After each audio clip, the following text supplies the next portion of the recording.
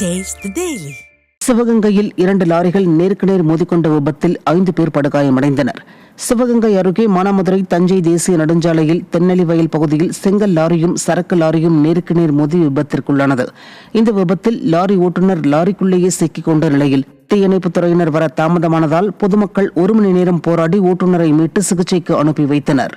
லாரிகள் மோதிக்கொண்ட விபத்தால் அந்த பகுதியில் 1 மணி நேரம் போக்குவரத்து பாதிக்கப்பட்டது. கிருஷ்ணகிரி மாவட்ட ஆட்சியர் அலுவலகத்தில் குடும்ப அட்டை, ஆதார் அட்டை வழங்க வேண்டும் என இருளர் இன மக்கள் மனு அளித்தனர்.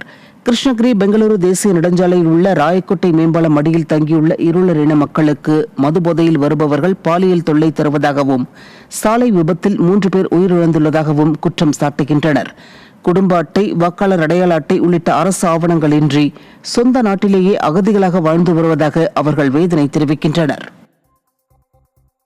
தென்காசி மாவட்டம் கடையநல்லூர் அருகே தாறுமாறாக ஓடிய அரசு பேருந்து மின் கம்பங்களில் மோதி பள்ளிவாசலுக்குள் புகுந்ததால் பரபரப்பு ஏற்பட்டது. ரஹ்மானியபுரம் 1வது தெருவில் பேருந்து சென்றபோது தெருவுக்குள் இருந்து ஆட்டோ ஒன்று வெளியே வந்ததாக கூறப்படுகிறது.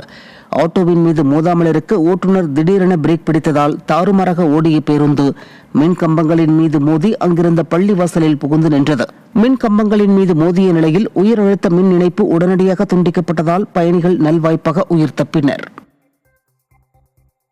கர்நாடக முன்னாள் முதலமைச்சரும் முன்னாள் மத்திய அமைச்சருமான எஸ்.எம். கிருஷ்ணா காலமானார். 92 வயதான எஸ்.எம். கிருஷ்ணா கடந்த 1999 முதல் 2004 ஆண்டு வரை கர்நாடக மாநில முதலமைச்சராகவும், கடந்த 2009 முதல் 2012 ஆண்டு வரை மன்மோகன் சிங் அரசில் வெளியுறவுத்துறை அமைச்சராகவும் இருந்தார். இந்நிலையில் கடந்த ஆண்டு ஜனவரி முதல் தீவிர அரசியலில் இருந்து விலகி இருந்தார். இந்நிலையில் கடந்த சில நாட்களாக மூச்சு விடுவதில் சிரமம் ஏற்பட்டதை அடுத்து பெங்களூருவில் உள்ள தனியார் மருத்துவமனையில் அனுமதிக்கப்பட்ட நிலையில் சிகிச்சை பலனளிக்காததால் இன்று அதிகாலை உயிரிழந்தார்.